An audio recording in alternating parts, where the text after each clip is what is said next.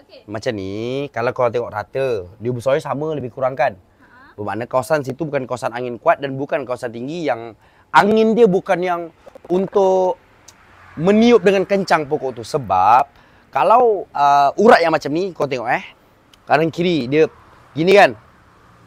So kenapa kayu yang dekat kawasan tinggi dia lebih kuat, lebih mahal, lebih lambat membesar? Sebab dia ada tekanan. Bila tekanan yang tinggi ni, pokok dia akan jadi lagi kuat. Bila angin kuat, tolak kanan kiri, tolak ribut-ribut. Pokok kan dia akan cuba besarkan akar. Lepas tu dia punya ni, celoring dia ni akan sengit-bengit.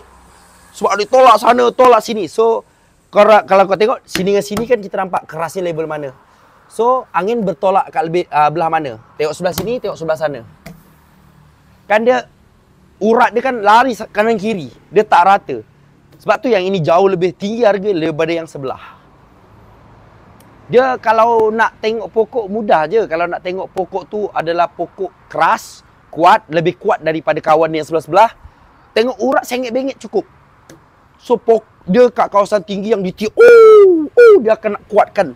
Dia bila makin kuat tiupan angin tu, kayu dia makin keras. Dia pokok akan, dia lagi bina badan dia lah. Maksudnya dari akar, dari body, dia akan lebih kuat. Serat dia semua lebih kuat. Berbanding kalau rata je macam ni. Faktornya banyak lah. Ini yang fakta. Macam ni ratanya sama je lebih kurang. So latar, sebab tu yang lebih rendah harga dia. Kalau ada orang suka yang rata sama je nampak cantik. Ada yang kalau faham tentang tekstil kekuatan, yang macam ni, yang sengit-bengit urat dia. Sengit-bengit, sengit-bengit, sengit-bengit. Ada macam ni. So kalau kekuatan kayu jauh 2 kali ganda. Hampir 2 kali ganda kekuatan dia. Nampak? Tengok dari urat je dah tahu dah. Macam mana pokok tu berdiri dan ditiup. Ni kawasan tinggi. Sebab tu ni harga dia tinggi. Sebab tu Jati ni ada beberapa kawasan yang harganya tinggi sekali. Jatinya.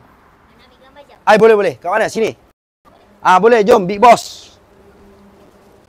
Sila. Meh, duduk sini. Sila duduk.